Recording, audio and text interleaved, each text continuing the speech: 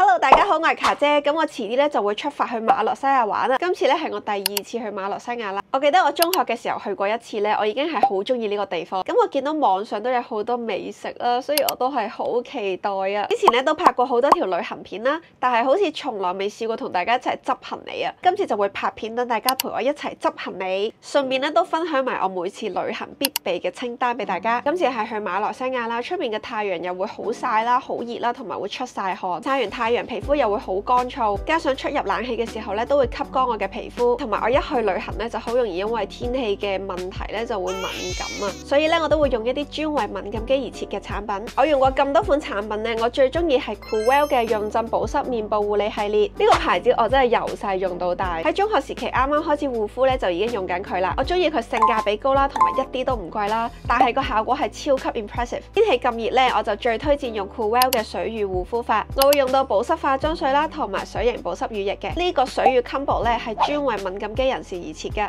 我覺得佢特別適合而家初夏去使用嘅。聽到呢度可能你都會問啦，究竟乜嘢係水乳護膚法呢？就係先用化妝水去補水，再用乳液去鎖水啦。佢嘅化妝水有3個質地啦，我自己就用緊2號嘅深層保濕化妝水。喺初夏嘅時候用咧就最好啦，可以補充同激活細胞間脂質 ，serum 埋增生，令到我哋嘅肌膚回復自我保濕嘅能力。即使乾燥嘅肌膚咧都可以提供足夠嘅保濕度，但係咧佢又唔會因為天氣熱而黐立立嘅。其他2款咧分別係輕柔保濕化妝水同埋極致保濕化妝水嘅。輕柔呢款咧就係最清爽水潤嘅，適合一啲冇咁乾嘅朋友仔啦，或者喺炎熱夏天嘅時候去用嘅。極致保濕化妝水咧就係最滋潤嗰款啦，就真係適合一啲沙漠肌膚啦，同埋喺冬天最乾燥嘅時候去用嘅，或者咧帶去日本旅行咧就最啱啦，因為日本嘅天氣真係好乾啊。使用方法係十分之簡單，首先咧用化妝水幫肌膚注入水分，幫助打開肌膚嘅吸收通道，令後續嘅護膚品更加容易滲透。之後再用乳液咧就可以喺補水嘅基礎上，通過提供適當嘅油分咧去鎖住呢啲嘅水分嘅，防止肌膚水分流失，同時可以平衡肌膚嘅油脂分泌。佢蘊含潤震保濕 ceramide 功能成分及桉樹精華，可以深入滲透去到肌膚嘅角質層，令到肌膚回復高密度水潤狀態。同時好似肌膚嘅工程師，強化角質層嘅屏障功能，可以舒緩肌膚因為乾燥而引起嘅敏感不適。呢度都可以分享一個 tip 俾大家嘅，如果大家有特別容易乾燥嘅肌膚咧，例如係鼻翼兩側同埋面下，都可以按 top 再搽厚啲嘅。搽完係超容易就俾皮膚吸收，用完係覺得好舒爽啦，同埋有好水潤嘅感覺。你唔會覺得係好似好多嘢搽咗上塊面度，好厚重、好唔舒服嘅感覺，係完全冇噶。加上佢係好容易吸收啦，所以佢係唔會有焗住嘅感覺噶。簡簡單單帶2支護膚品咧，就可以解決日常嘅護膚需要啦。就算帶去旅行擺喺個篋度都唔會壓位啦，同埋唔會好重嘅。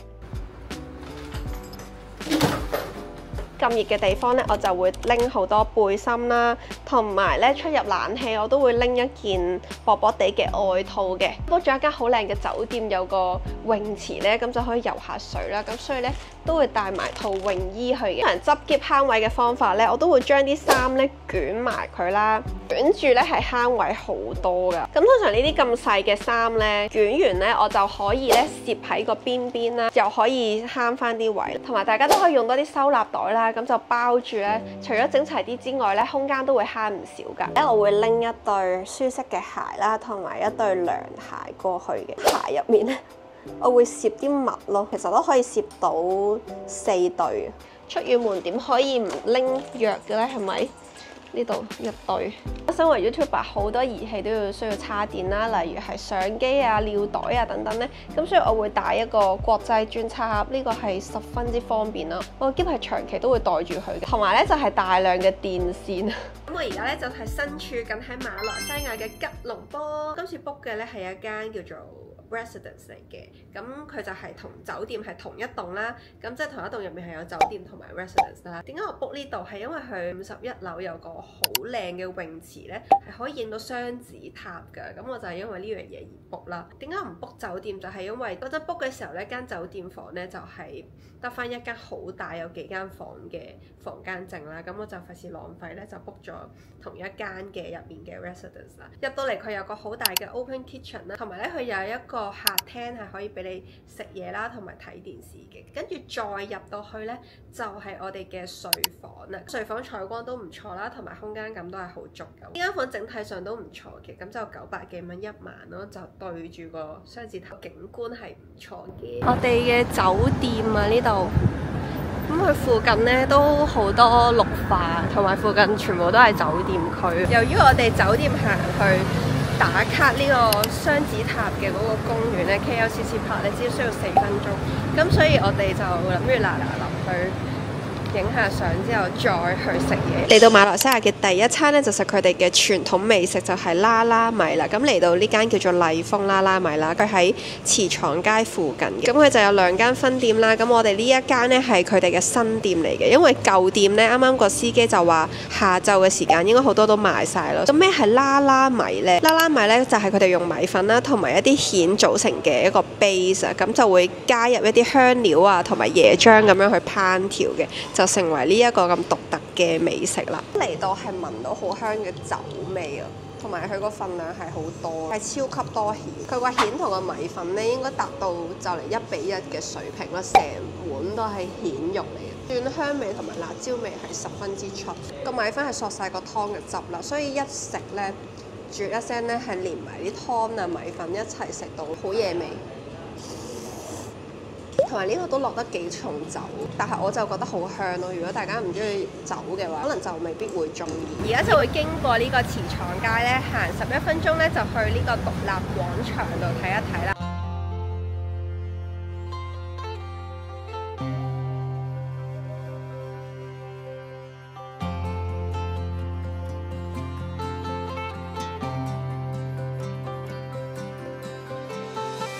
而家咧就嚟到馬來西亞嘅獨立廣場啦，咁顧名思義呢個獨立廣場咧就係象徵住佢哋嘅獨立嘅。佢哋嘅廣場都掛起咗馬來西亞嘅國旗嘅，咁佢哋周圍咧圍住，大家見到好多好靚嘅建築物咧。呢度唔單止係國慶嘅慶祝場地之外咧，更加係好多唔同文化嘅活動咧都係喺度舉辦嘅，我咧都吸引咗好多遊客咧過嚟呢度參觀。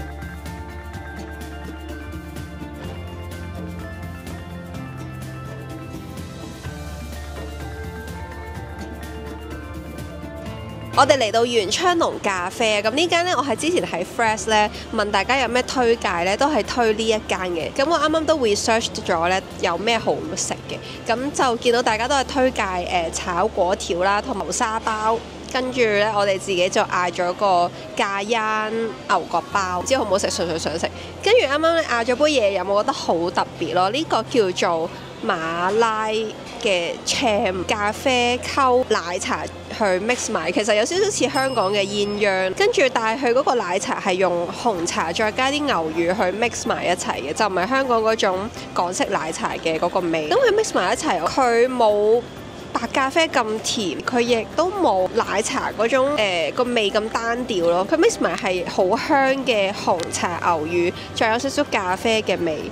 佢就係有一個叫做有絲同埋無絲嘅版本啦。呢個係無絲嘅版本，個份量都多，同埋大家見到大大隻咧，咬落去我估唔到係幾爽口喎，同埋係有少少唔同嘅啲豆粕啊嗰啲配料落去炒嘅，成個口感係更加豐富。偏重口味啦，同埋係偏辣嘅。哇！雖然唔知點解喺度嗌流沙包啦，但係我見啲網上好多人都話呢個好好食咯，都好味喎。平時啲流沙包咧會係好甜啦，同埋咧會係偏漏嘅。佢呢個咧有少少鹹蛋黃喺入面咧，佢係偏鹹，冇咁漏喎。同埋因為咬落去咧，佢唔係脆，可能擺得耐啊。佢唔係嗰啲一層層好多層皮嘅嗰種牛角包咯，佢係好少嘅，即係佢唔係嗰啲好鬆脆好多層嘅牛角包。牛角包同咖椰其實我覺得襯白麵包多啲，埋單39個2，即係80蚊港紙。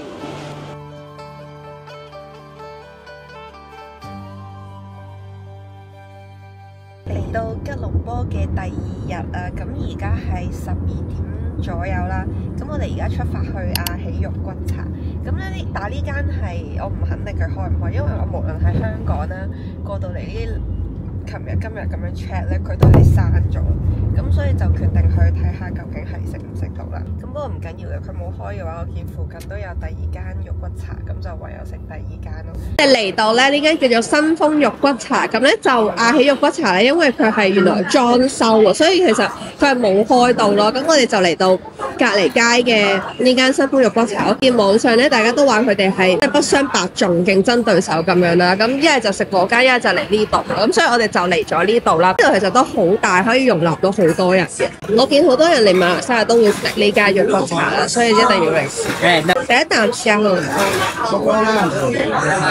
係好香濃嘅藥材味，但係咧食落係冇藥材味嘅苦澀咯，佢係有種甘甜喺入面咯。你會飲落係好舒服咯，你會想一啖一啖咁樣飲咯。攞個瓦煲上咧，所以佢係好保溫。因為我之前食新加坡嗰啲係比較重胡椒味，佢呢個係冇乜胡椒味。食埋佢個排骨，大家真係唔好意思，我今日唔記得帶咪出嚟啊！真係失策啊！好腍啊，吸晒嗰啲藥材味咧，好甜咯！食落排骨咧，佢有埋個蒜蓉辣椒豉油俾你甜，同埋佢呢兜嘅肉骨茶係有埋呢啲小腸啊、豬肚啊、排骨咁樣咯，即係佢唔係淨係排骨咯。豬肚加咗呢個蒜蓉辣椒豉油，勁入味，勁好味。而家咧就會步行11分鐘去呢一個 Lot 10嗰一頭咧行下街咁樣啦，因為馬來西亞實在咧超級無敵塞車，搭車去要5分鐘啦，但係我諗交通情況應該有排塞，所以好多時寧願行到嘅咧就行咯。原來馬來西亞呢度都有 airspace 咯，連正啲台灣咯，所以咧我而家要去睇下衫，幾靚。嚟到呢個商場呢，咁其實主要呢度都係賣名牌啦，同埋一啲國際品牌比較多。想買衫，我以前好中意買 Pull and Bear 嘅衫。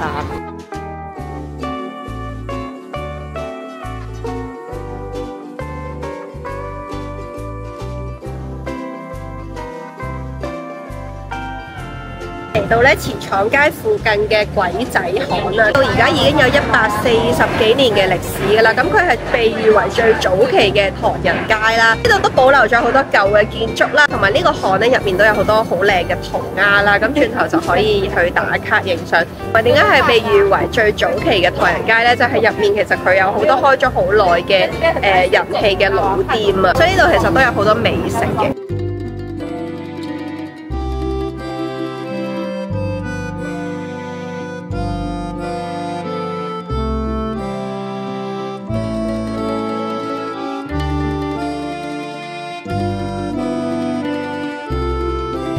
都係被壁畫包圍住嘅，即係大家咧都會喺度影相咯。鬼仔巷附近咧係有一間專賣朱古力嘅鋪頭啦，佢入面有好多唔同品種嘅朱古力啦。咁佢最出名就係呢度嘅黑朱古力啊，大家都可以過嚟呢度買手信咯。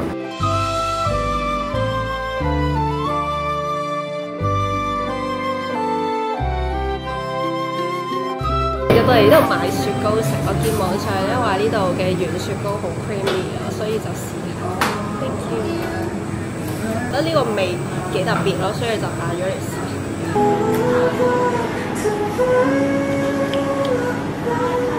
哇！佢個斑蘭味好出，好香啊！食落椰子味反而唔係好重，但係咧無可否認佢係真係好滑，同埋好 creamy。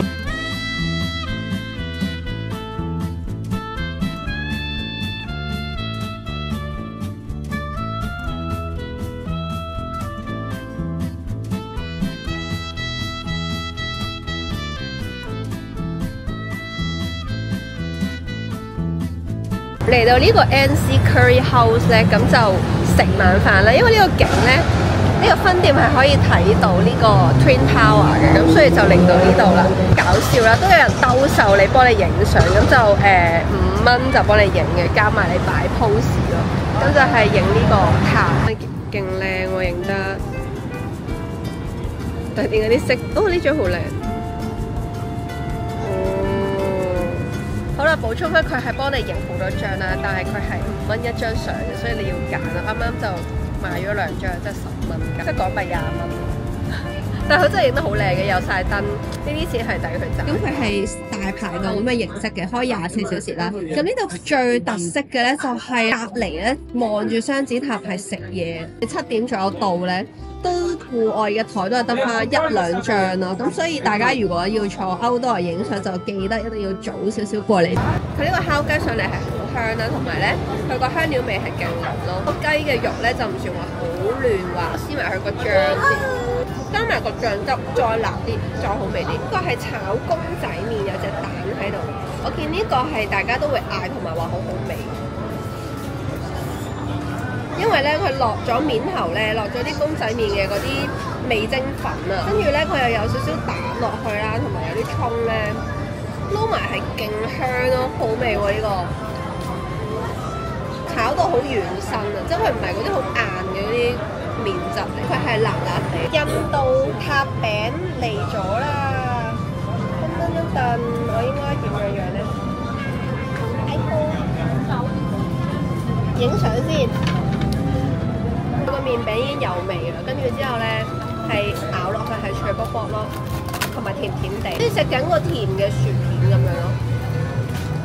大家嚟呢度必嗌。勁好味呢個，同埋咧打卡都好靚啊呢個，入面有一粒粒嘅沙糖。食飽埋單咧，叫咗3樣嘢，呢個景觀大家掛幾多錢？係36個1啊，即係港紙60幾蚊咋，就有呢個5星級嘅景觀啊！好啦，而家翻咗嚟酒店，啱啱落咗妝先發現我唔記得咗拍個 ending 啦。因為啱啱咧計翻呢2日喺吉隆坡嘅使費，大家估下係幾多錢？一共係用咗450幾蚊2個人2日，即係平均每人係用咗百幾蚊啫，連埋食嘢啦、食垃圾嘢啦，同埋搭 Grab 嘅，完全冇喺度即係睇價錢咯。仲要我哋使費都係旅遊區，所以係超級抵喺度食嘢。希望大家中意我喺吉隆坡呢2日1夜嘅行程啦。下一站咧，我哋就會去埋檳城啊。咁我哋下集再見啦〜